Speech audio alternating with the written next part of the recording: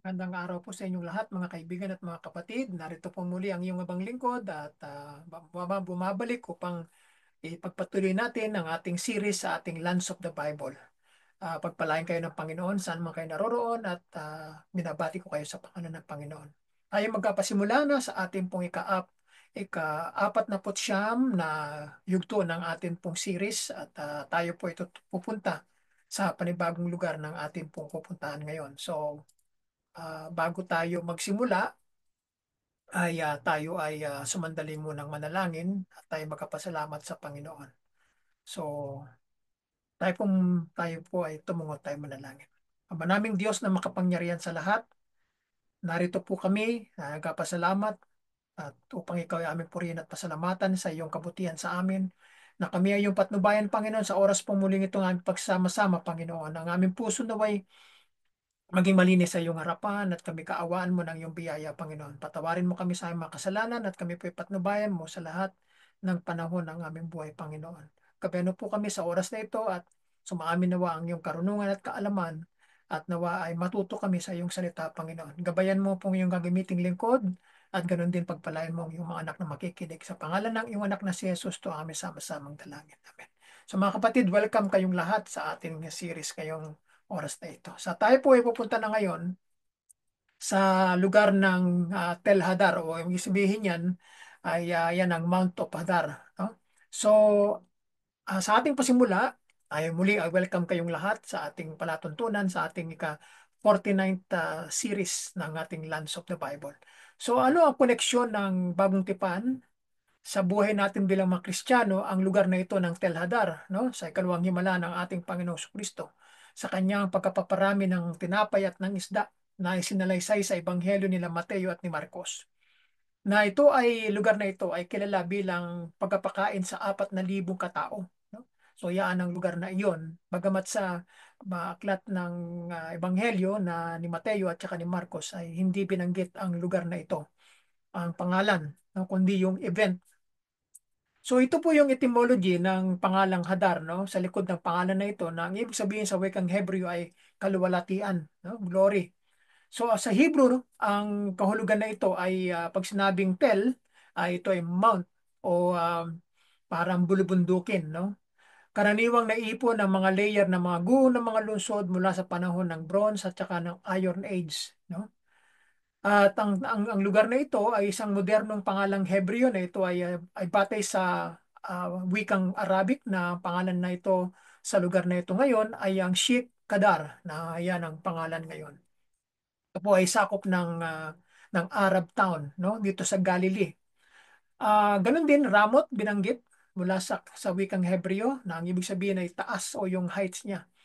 Ito ang pangalan ng agriculture settlement na matatagpuan sa silangan sa Tel Hadar na itinatag noong 1969. No? Ang Tel Hadar ay isang napapadirang lungsod noong panahon ng Tanso at Bakal sa hilagang silangang bahagi ng dagat ng Galilea. Na ayon sa ilang tradisyong Kristiyano, ito ang lugar kung saan ginawa ng ating Panginoon Kristo ang kanyang pangalawang pagkapakain sa mga tao. No? So ang Tel Hadar ay isang napapadiran na lungsod noong panahon ng Lumang Tipan. Ayon sa ilang tradisyong Kristiyano, ito ay ang lugar kung saan ginawa ng ating Panginoon Kristo ang kanyang pangalawang himala ng pagkapakain sa maraming mga tao. Sa pamamagitan ng pagkaparami ng 7 tinapay, ng isda at isang maliit na isda. No? So, binanggit sa Ebanghelyo ni Marcos 8:8 hanggang 9 na pinulot nila ang mga pinagputol-putol na karne na natira na 7 bakol at ang mga nagsikain ay humigit kumulang na 4,000. No? Ito yung binanggit doon. Ang lokasyon na ito ay matatagpuan sa silangang bahagi ng dagat ng Galilea ng mga around 2 kilometro sa hilaga ng Kursi at 2 kilometro sa kanluran sa Ramot. Ito ay matatagpuan sa pagitan ng mga estero ng Nahal Kanaf at Nahal Samak Stream. So, mamaya papakita ko sa inyo yung mapa nito. So, ito ang isang larawan na isang malawak na tanawin ng silangan at timog na bahagi ng Tel ay makikita, no, sa lugar na ito. Sa iyo ba, no? So, yan po ang ating itong larawan na ito. Ito na lamang ang nakikitang guho na makikita, no, na ito ang isang aktwal na lugar sa panahon ng Lumang Tipan, no? So yan ang makikita sa ating panahon ngayon, no? Mga ruins na lamang ang makikita. So narito sa bandang kanan ang location ng Tel Hadar ay nasa malapit sa west ng Sea of Galilee, no? At itong Tel Hadar na ito ay nasa nasa parte ng Jordan side, no? Nasa kabilang ibayo, nasa east ng Sea of Galilee, no? Ang lugar na ito ay katabi ng Lunagal na water amusement park sa hilagang silangang bahagi ng dagat ng Galilea at 2.5 kilometers sa hilaga ng Kursi, no? Ito ay na-access sa magitan ng mga pampublikong beach na Dugit o Golan, ano? So ito ay sakop pa rin ng bansang Israel at ito ay makikita sa ating panahon ngayon, no? So ito ay isang aerial view na mula sa isang quadcopter ay nagpapakita ng mount mula sa silangang bahagi, no? Medyo mataas na location yan. Sa panahon ng mga Romano, ang lugar na ito ay nasa rehiyon ng Decapolis, no? Yung 10 syudad sa panahon ng ating Panginoon Kristo na na Greek cities, no, na sinasabing Decapolis, na isang grupo ng 10 autonomous na lungsod na kinabibilangan ng Gader at ng Hippos o Susita na nasa silangan at timog na baybayin ng Lawa. Ito ay isang pangunahing daan ng Romano ang dumaan sa junction na ito at naglakbay sa silangan sa lambak ng Kanaf na tumatawid sa kaitaasan ng Golan patungo sa Damasco na bahagi rin ng Decapolis, no? Yung sa Golan Heights nasa norte sa pagitan ng Syria, no? Ng Syria at ng Golan Heights.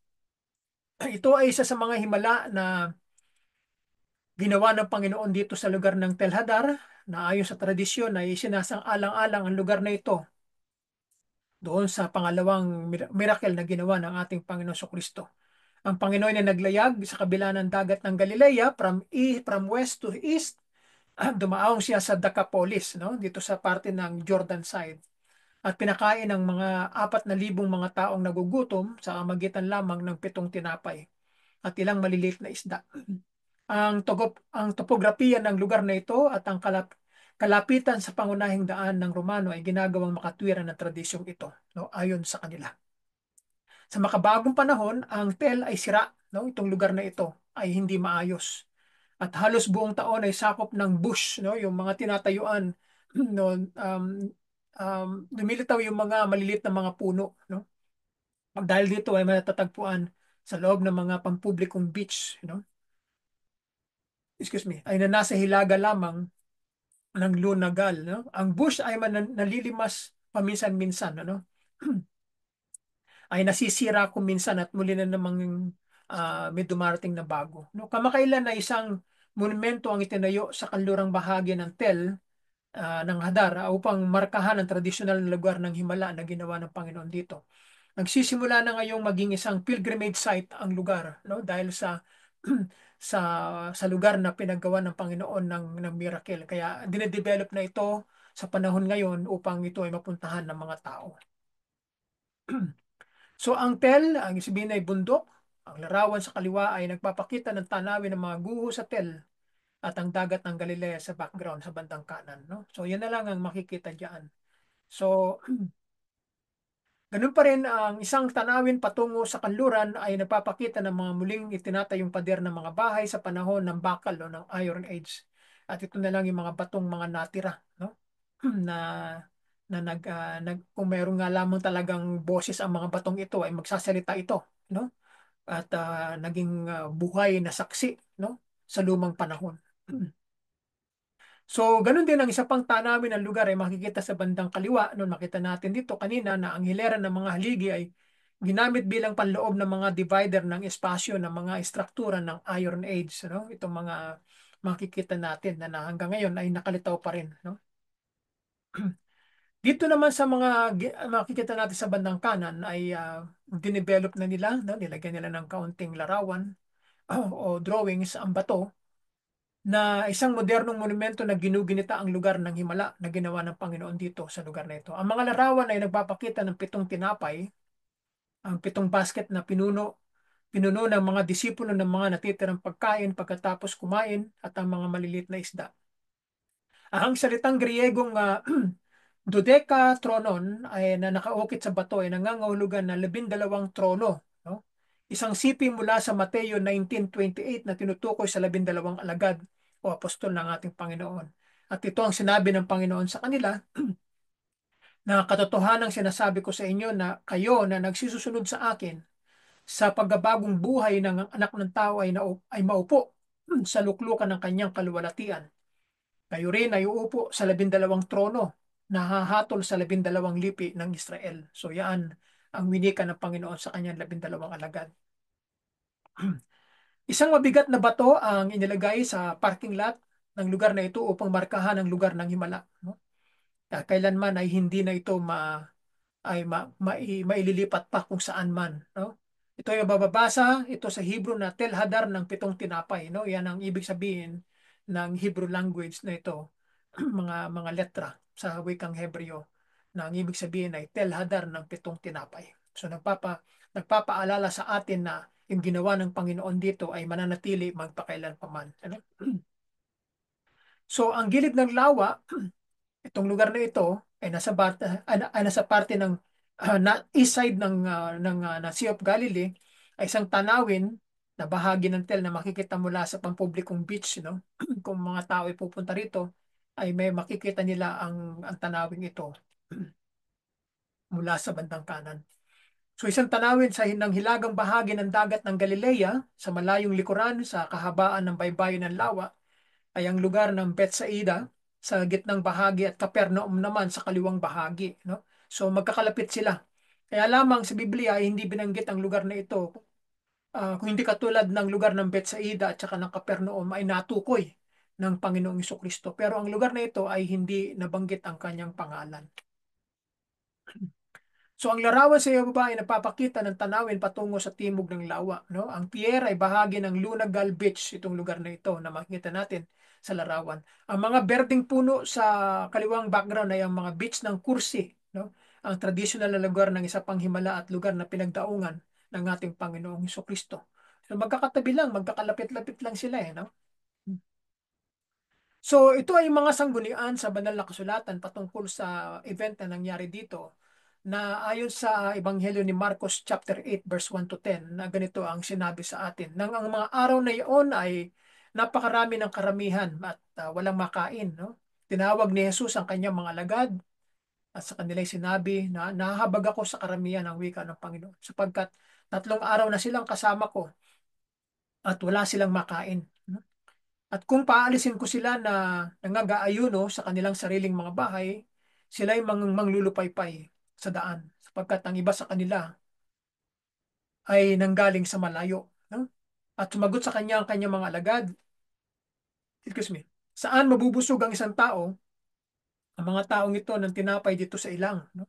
At tinanong niya sila, ilang tinapay mayroon kayo? At kanilang sinabi, 7. No? At inutusan niya ang karamihan na maupo sa lupa at kinuha niya ang 7 tinapay at nagpasalamat at pinagputol-putol at ibinigay sa kanyang mga alagad upang ihain sa kanila. At inilagay nila ang mga ito sa harap ng mga tao at mayroon silang ilang malilit na isda. At siya ay nagpasalamat at inuutos na hiyain din naman sa kanila. Sa gayoy nagsikain sila at nabusog at pinulot nila ang mga pinagputol-putol na karne na natira sa 7 bakul. At ang nagsikain ay may 4,000 at pinayaon niya sila. At pagdakay sumakay siya sa isang daong kasama ang kanyang mga alagad. So yan ang isang dokumentong pangyayaring naganap sa Ebanghelyo ni Marcos at ganun din ay natala sa Ebanghelyo ni Mateo, Kabanatang 16, talatang 5 hanggang 12. Na ganito naman ang sinabi ni Apostol Mateo. At nang dumating ang kanyang mga alagad sa kabilang ibayo, ay from west to east, ng Sea of Galilee, ay nakalimutan nila magdala ng tinapay. Na magkagay sinabi sa kanila ni Jesus, mga gingat kayo at mag-ingat sa libadura ng mga Pariseo at ng mga Saduseyo. At sila nang nagkatwiran sa kanilang sarili na nagsasabi, ito'y sapagkat hindi tayo nagsipagdala ng tinapay. Na nang mapagtanto ni Jesus ay sinabi niya sa kanila, o kayong kakaunti ang pananampalataya. Bakit kayo nag-iisip sa inyong sarili? Dahil Hindi kayo nagdala ng tinapay? Hindi pa ba ninyo naunawaan? Ninaalala ang 5 tinapay ng 5,000 at ilang bakol ang inyong natipon? Ni ang 7 tinapay sa 4,000 at ilang bakol ang inyong natipon? Paano hindi ninyo nauunawaan na hindi ko sinasabi sa inyo ang tungkol sa tinapay na kayo'y ingat sa libadura ng mga Pareseyo at ng mga Saduseyo? Magkagayon na unawaan nila kung papaanong hindi niya sinabi sa kanila na mag-ingat sa libadura ng tinapay, kundi sa aral ng mga Pareseyo at ng mga Saduseyo. So yan ang mensahe na sinabi ng Panginoon sa kanyang mga alagad. Ang Panginoon ay nagsasalita kung minsan sa mga figuratibong mga salita na hindi diretsyo. Kaya minsan ang mga alagad niya ay nagtatanong at nagtataka kung ano ang ibig sabihin ng mga sinasalita ng ating Panginoon Kristo, no?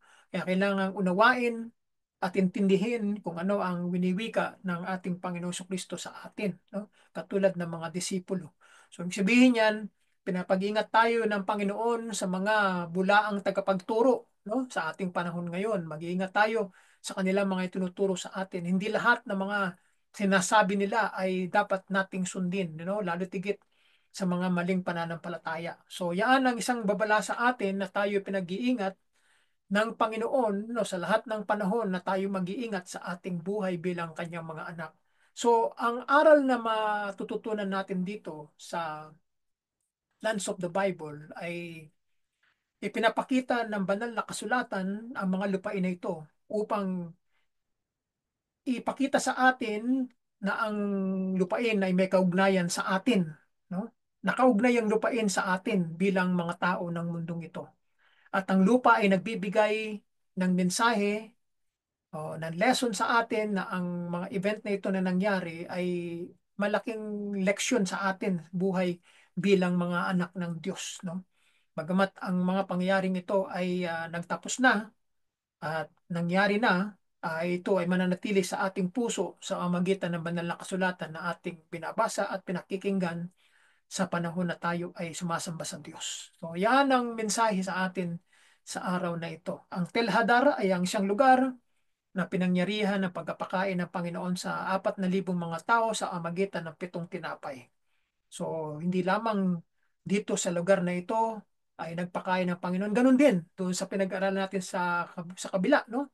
Sa western part ng Sea of Galilee na ang pangalan ay Tabha, no? Nagpakain din ng Panginoon doon ng mga 5,000. Dito naman sa Telhadar ay 4,000.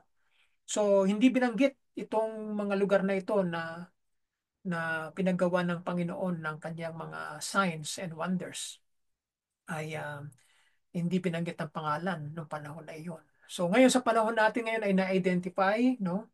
Natukoy ang lugar kaya pinangalanan at ito ay ating nababanggit sa panahon natin ngayon. So ibig sabihin yan, ang lugar na mga pinangyarihan na ito ay napakahalaga sa buhay natin bilang mga anak ng Diyos sapagkat ang kanyang mga salita, ang kanyang ginawa ay nagbibigay sa atin ng paalala na tayo ay patuloy na sumampalataya at maglingkod sa Panginoon, no? Yan ang mensahe ng Lands of the Bible. Kaya mga kapatid, ako'y magpapaalam na. Maraming salamat sa oras na ito na ipinagkaloob sa atin ng Panginoon at tayo ay magpapaalam na at muli magkita-kita tayo sa susunod na linggo at pagpalain kayo ng Panginoon saan man kayo naroroon. Ang lahat ng ito ay ating ibinibigay na kapurihan sa pangalan ng ating Panginoong Kristo at sa kaluwalhatian ng Ama at sa pag-ibig na ibinigay sa atin ng Banal na Espiritu. Muli, sumayin niyo ang pagkapala ng Panginoon sa muling pagkikita.